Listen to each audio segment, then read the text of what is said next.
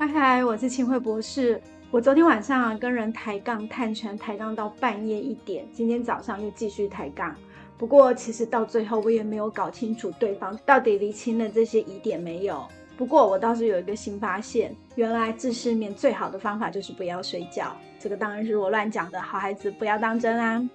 我的大结论就是现在碳权的市场实在太新了，懂的人真的太少了。所以呢，也造就了很多碳诈骗的温床哦。不是我要说，做诈骗这行的真的比大多数的人要来的认真太多了。所以呢，他们赚的其实就是资讯差。他懂了一些，但是他就骗你不懂，专门要来坑你智商税、割你韭菜的。所以他们其实比你更认真，知道的比你还多，而且他们还专精消费者心理学。综合而言想来，他们应该不会被 AI 取代吧。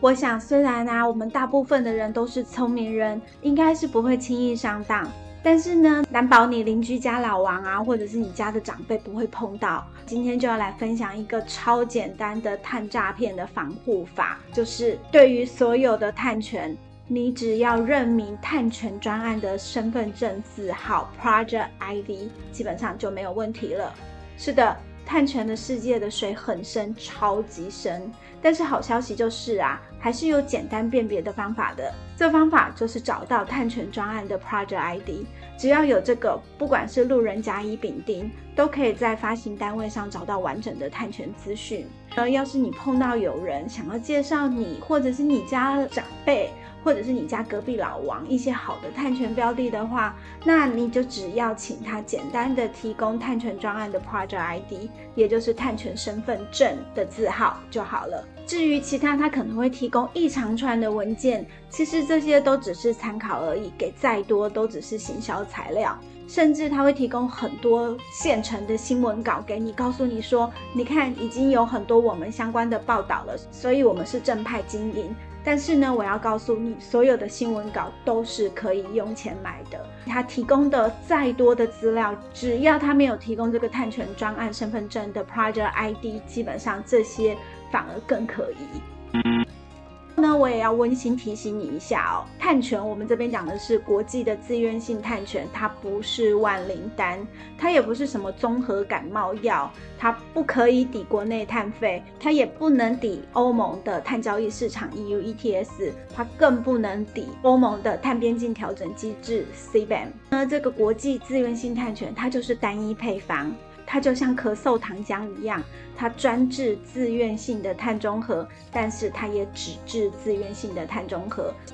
什么样的企业会做自愿碳中和，会买这个国际性碳权呢？就是一，它供应链需要；二，它有加入国际倡议，需要达到碳中和的要求；三，就是希望可以促进它的企业声誉。在这种情况之下，就算 EU ETS 的碳价涨到1000欧元，也跟自愿性碳权的价钱没有半毛钱关系，一点关系都没有。所以如果有人告诉你说，你看现在欧盟 EU ETS 现在已经到了100欧了，你买我的碳权的话，你看我现在才10几20美金，早买早赚，那你就千万不要被这个话术给糊弄了。赚钱不容易，理财需谨慎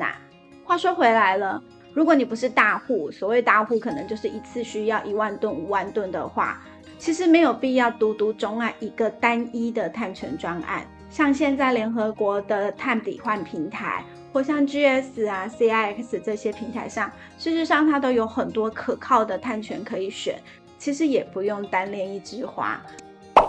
现在大部分碳权的需求都是在企业身上，大部分的平台也都只限定法人交易。如果呢有人告诉你说这个是非常适合个人碳投资的标的的话，那你就更需要好好的评估了。我们当今的世界事实上是充满了各种有创意的碳诈骗的，所以我们其实才要更小心。但是呢，我们其实也不用对所有冒出来的机会就怀疑到不行，因为碳权就是未来的趋势，未来一定也会越来越普及，也会是企业可以灵活碳中和的非常重要的选项。所以只要你公司选对了值得信赖的发行单位或交易平台，生活也是可以很彩色的。当然你如果下手前就真的还是麻烦你要认真的评估和研究，千万不要草率行事。好，希望这支影片有帮助到你如何防护碳诈骗，也希望也可以帮助你有理解碳权和碳费和欧盟碳市场交易 EU ETS 和碳关税 CBAM 之间的关联性，